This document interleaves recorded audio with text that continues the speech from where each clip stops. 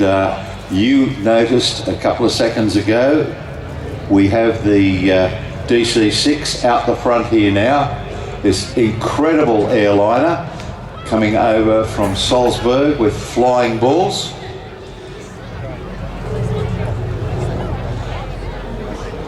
This being an offshoot of a design that came out and was used as a transport aircraft during the Second World War from the Douglas Aircraft Company.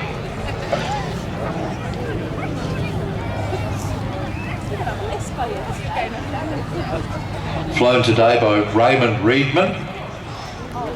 This aircraft is absolutely immaculately maintained and restored.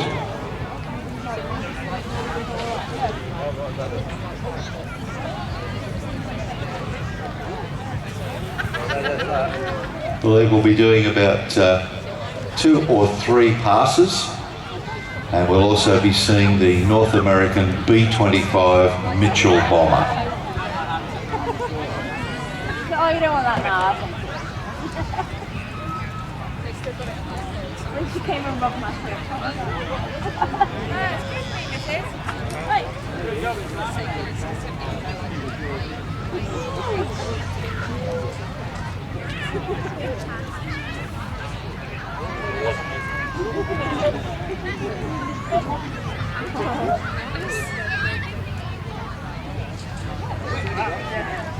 Now if you look straight ahead across our airfield, you can see the aircraft coming back around towards the crowd. As I said, developed for the US Army Air Force as a pressurised and larger version of the DC-4. DC standing for Douglas Commercial, and it was given the American transport designation C-54 cargo model for 2,500 horsepower Pratt & Whitney 18-cylinder radials, R2800s.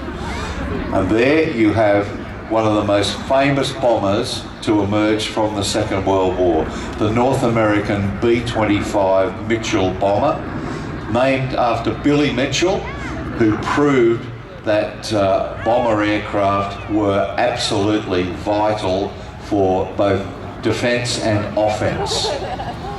He ran into unbelievable opposition with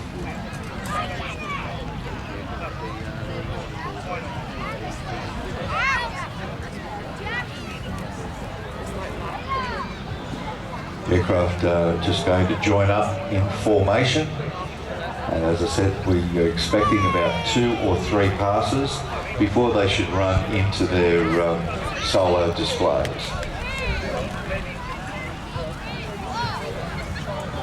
Get your cameras ready, ladies and gentlemen, because this is something very spectacular. It's not all that often that the aircraft do appear in formation. And if you look over your right shoulder, just over the trees, you can see the DC-6 coming in now. Get those cameras ready, because this is certainly going to be a great photo opportunity.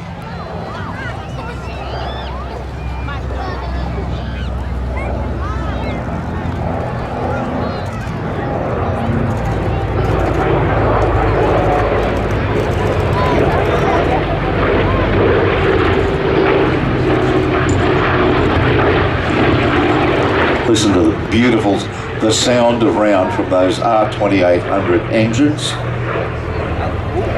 And the B-25.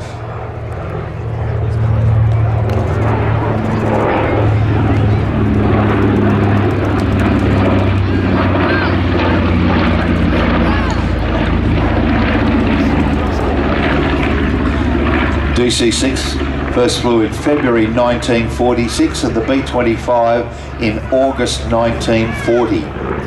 They only built about 700 of the DC-6, but over 9,900 of the B-25s were manufactured by North American Aviation.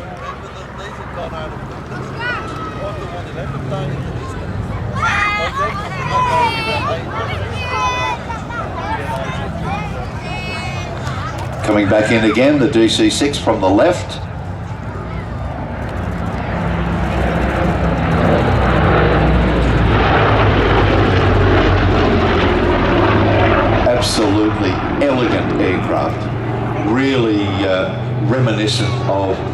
air transport during the 1950s. Coming in from the left, the B-25, unbelievably capable bomber, fly and maintain, and a very forgiving aircraft for pilots because it had very benign flight characteristics.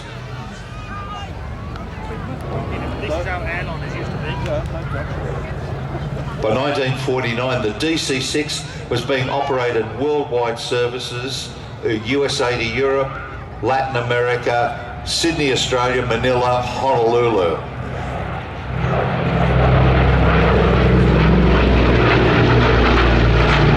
Those were the days when in-flight service actually meant a real plate and real knives and forks. B-25 could carry up to 3,000 pounds of bombs. It could also carry underwing rockets, 8 of them, 5-inch. And it also could be fitted with a ventral shackle for 2,000 pound Mark 30 as a gunship modified by Major Paul Pappy Gunn in the Pacific. As you can see, the DC-6 not generally seen in these sort of flight conditions as an airliner, but an incredible performer.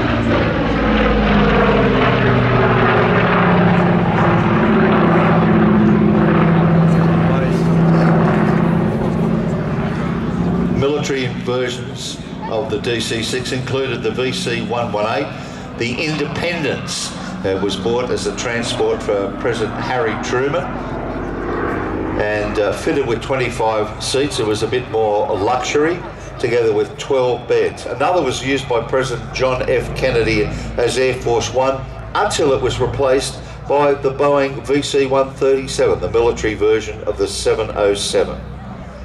It therefore became the very last piston-engined US presidential transport aircraft. Beautifully flown there by Raymond Reedman. The B-25 flown by Frederick Handelman. And of course these aircraft polished to within an inch of their lives. Probably the most famous B-25 raid was undertaken by Colonel Jimmy Doolittle when 18 Mitchell bombers took off from the aircraft carrier USS Hornet to bomb targets in Japan.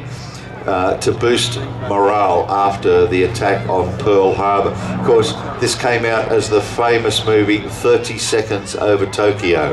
You can just see the B-25 over the top of the trees there on your right.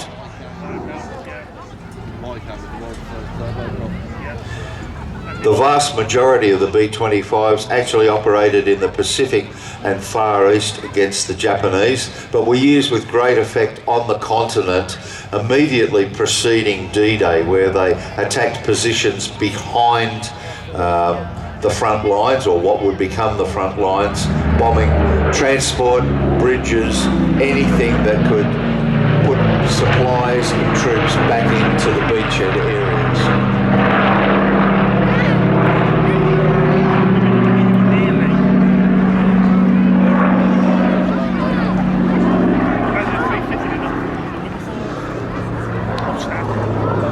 You can see the B-25 over the tops of the trees to your right. Early versions of the B-25 did not have a tail turret, and the dorsal turret was actually fitted further back down the fuselage. On the J model, it was immediately the modified ones that were used as gunships with what was called the solid nose, could carry quite a number of machine guns in that bulked up nose rather than the bomb aimer's position. Again, the DC-6 coming in, that's an absolutely beautiful paint scheme there, so simple and so elegant. So the restoration of this DC-6 took 3 years and thousands of man-hours to complete. It was transferred over to the American register that it has today, and it's just, as Pete says, a beautiful example of this very, very elegant large aircraft. This particular machine was delivered to the Yugoslavian airline JAT and later converted to a luxury VIP transport aircraft for the Yugoslavian head of state, Marshal Joseph Tito. It was sold in 19 fast and low, as they did in the Pacific, the B-25. They are really a beautifully performing aircraft. You can see the tail turret position between the twin tails there. And I can tell you, when you're flying in one of those aircraft that's sitting in that tail turret, those two vertical tails do move around quite a lot. A little bit disconcerting for a first-time passenger back there. And there's not terribly much comfort available in one of them, especially when you're flying them from the United States to Australia.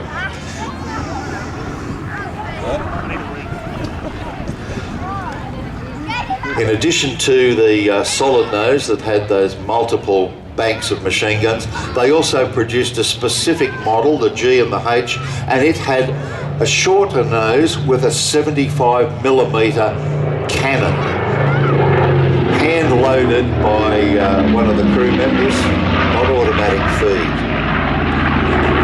The Navy also used these aircraft as the PBJ, and they operated those in concert with the US Army Air Force in the Pacific Theatre. Marine Corps also operated them, and there are a number of PBJs that are still flying in restored condition in the United States. The solid nose carried up to 8 50 caliber machine guns. They had 4 50 calibers on either side, so you had 2 per side. That, together with the top turret, could bring 14 50 caliber machine guns to bear on a strafing pass.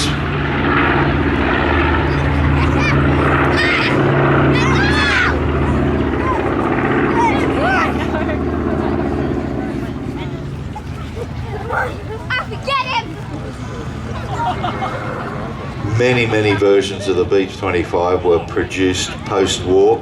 They were used in a variety of roles. They were used as training, they were used for liaison, VIP flying, employed by 23 different military air arms, and there were over 30 different variants of the B-25. Very manoeuvrable machine as well. Could almost handle like a fighter. So in the 1970s, this particular aircraft was purchased by a firefighting team to use for fire practice on an airfield in America. Thankfully, never actually was used, and it was discovered by the Flying Bulls team, who did another complete restoration on the aircraft, which took many hours again. And after that completion, it took the long flight from America over to Europe to its new home in Austria. They are an incredible aircraft. It was said that you could always tell a pilot from a co-pilot from which ear in which he was deaf, because they are very noisy. Normally they've got individual exhaust stacks, but in the later models they had a combination of the individual and the collector ring. You can see on this it's got the collector ring. They're used not only, as you said, for airport firefighting practice, but they were used in large numbers for borate bombing, for fire bombing. And the particular aircraft that we flew across the Pacific had been modified as a borate bomber, and we remodified the aircraft and used that big borate tank that filled up the entire bomb bay as a fuel tank. So what's it like taking a long flight across the sea? Very long, and there is a lot of blue out there, I can assure you of that. That's definitely something you take for granted nowadays, flying on a large airline, but in an aircraft this old, it's another undertaking completely. 15 hours from San Francisco across to Honolulu, and that was a bit of an adventure.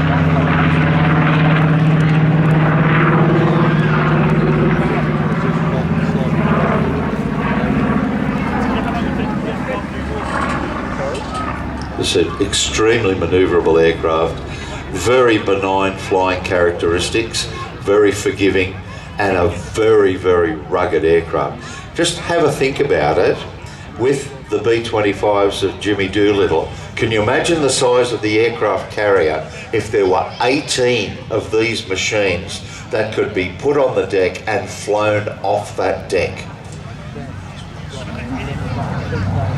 Last pass coming up now.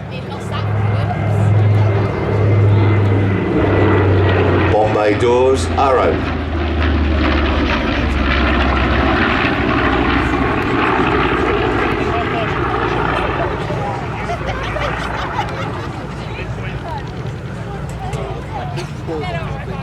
Because it's in the Pacific Ocean, miles